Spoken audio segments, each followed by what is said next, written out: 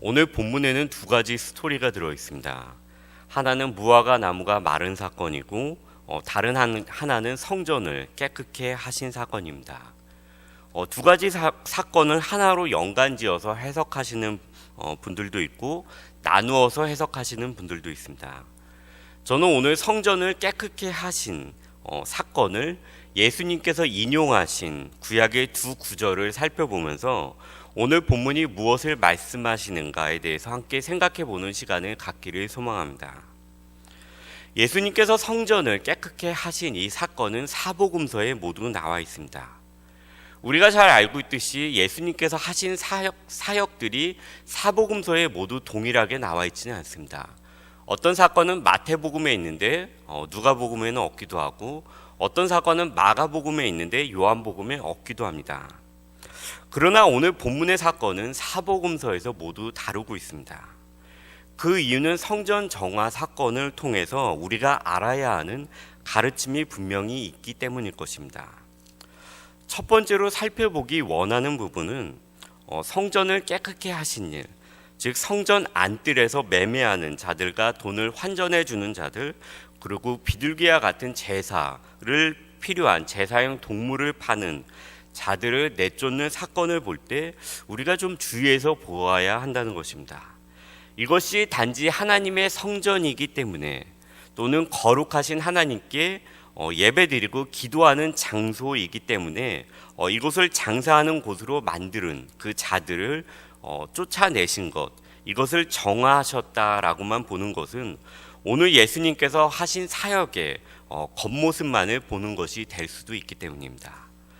두 번째로 살펴보기 원하는 것은 예수님께서 인용하신 두 구절, 내 집은 만민이 기도하는 집이라 칭함을 받으리라와 강도의 소굴을 만들었다라는 구절을, 원래 이 구절들이 말씀된 이사야서와 예레미서에 예레미서를 찾아가 보지 않고서는 기도하는 집인데 이곳을 장사하는 곳으로 만들었고, 장사도 그냥 장사가 아니라 순례자들 또는 가난한 자들을 강도와 같이 착취하는 정도로 부당하게 매매를 했기에 예수님께서 책망하셨구나 라고 생각하고 우리가 그냥 넘어가 버릴 수 있기 때문입니다.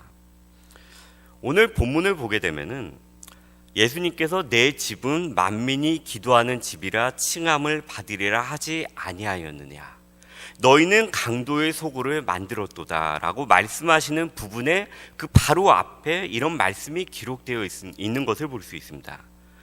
이에 가르쳐 이르시되 기록된 바. 예수님께서 성전 안뜰에서 장사하시는 자들을 내쫓으시면서 그냥 내쫓으신 것이 아니라 이에 대하여 제자들에게, 그리고 따르는 자들에게, 또는 매매하는 자들에게, 사람들에게 이 일을, 예수님께서 하시는 이 일을 분명하게 가르쳐 주셨습니다.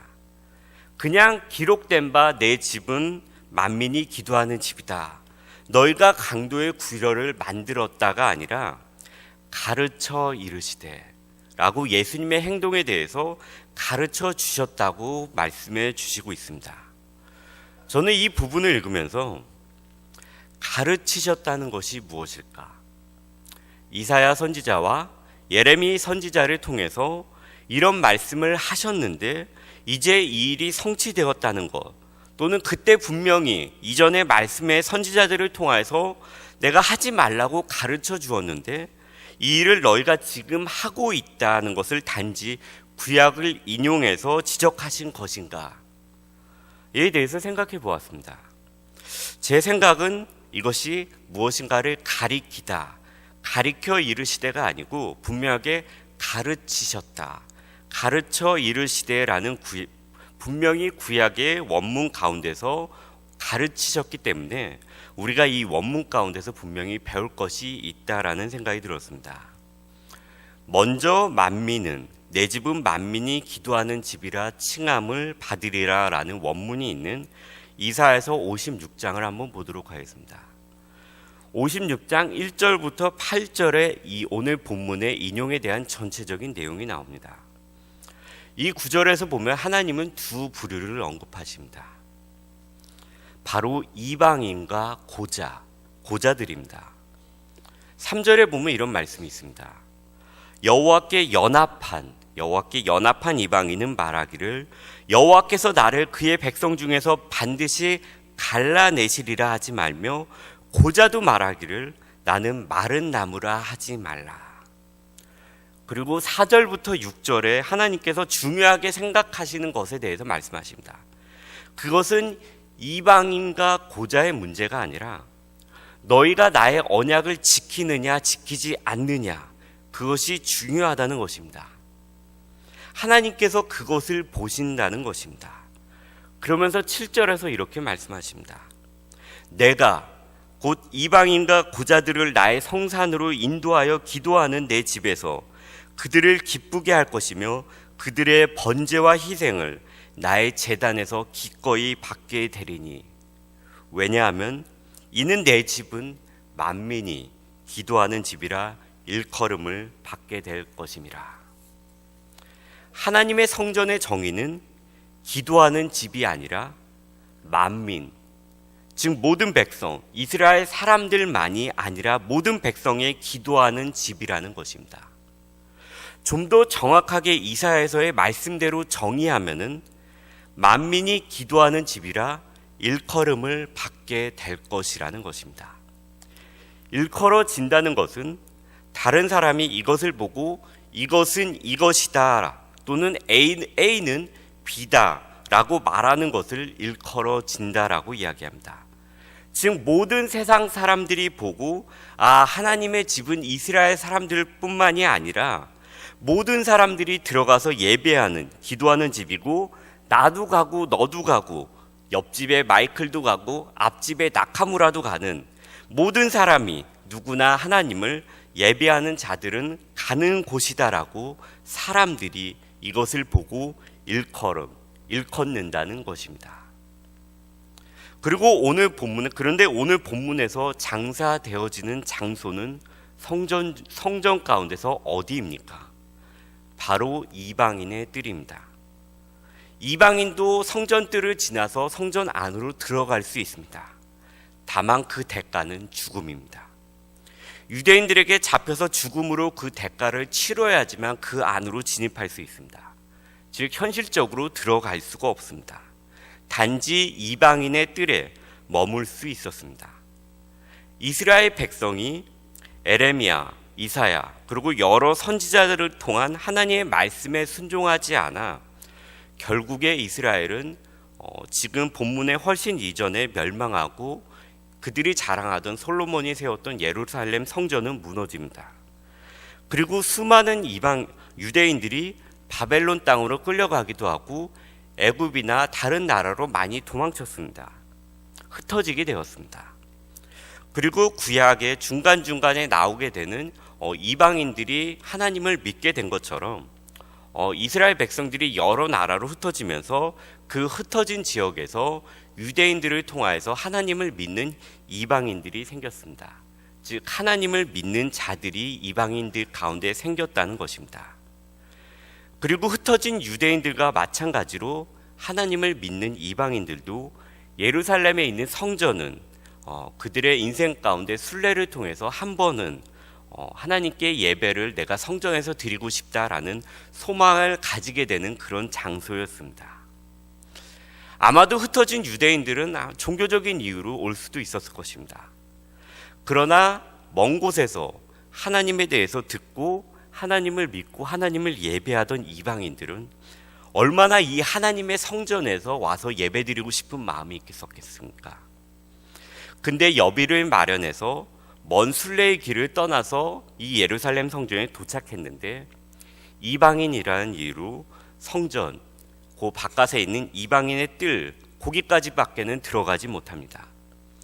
그런데 그나마 거기에 왔는데 그곳에는 매매하는 자들이 가득합니다.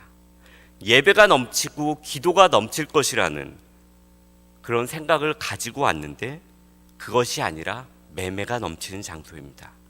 그것도 그냥 매매가 아니라 탐욕과 이득이 가득한 장사치들이 가득한 곳입니다.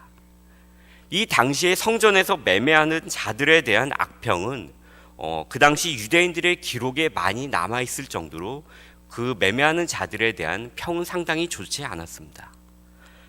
이런 곳에서 오늘 본문의 예수님께서 제자들에게, 예수님을 따르는 자들에게, 예수님의 가르침을 듣고 싶은 이들에게 가르쳐 주신 말씀이 이것입니다. 내 집은 만민이 기도하는 집이라 칭함을 받으리라고 하지 아니하였느냐. 이것은 동일하게 우리에게도 생각을 하게 합니다. 혹시 성전된 나의 몸이 또는 내가, 나의 교회가 만민이 기도하는 집이라 칭함을 받아야 하는데 예수님을 이용해서 장사하고 교회가 이스라엘을 통해 말씀하신 그 일컬음이 아니라 차별과 높은 문턱과 자기들만의 이권과 비리를 저지르는, 그래서 만민이 아닌 오직 기독교인들만이라고, 자신이 기독교인이라고 주장하는 자들만의 장소, 기독교인이라고 주장하는 나의 몸이 되지는 않았는가. 저를 포함해서 우리는 이에 대해서 깊게 생각해 보아야 할 것입니다. 두 번째로 강도의 구려를 만들었다라는 말씀이 있는 예레미야 7장 1절부터 11절입니다. 예레미야 7장은 유대인들을 향해서 하나님께서 책망하신 내용입니다. 그들은 이렇게 생각하고 행동했습니다.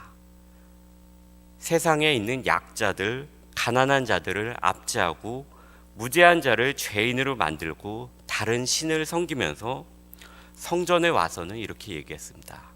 아, 구원이 이곳에 있구나. 나는 구원받았다. 나는 구원받은 백성이다 라고 그들이 성전에 와서 이야기했습니다.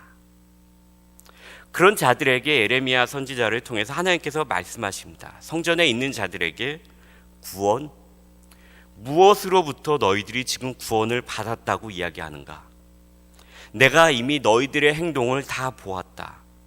내 이름으로 일컬음을 받는 이 집이 너희 눈에는 강도의 소굴로 보이느냐라고 하나님께서 말씀하십니다.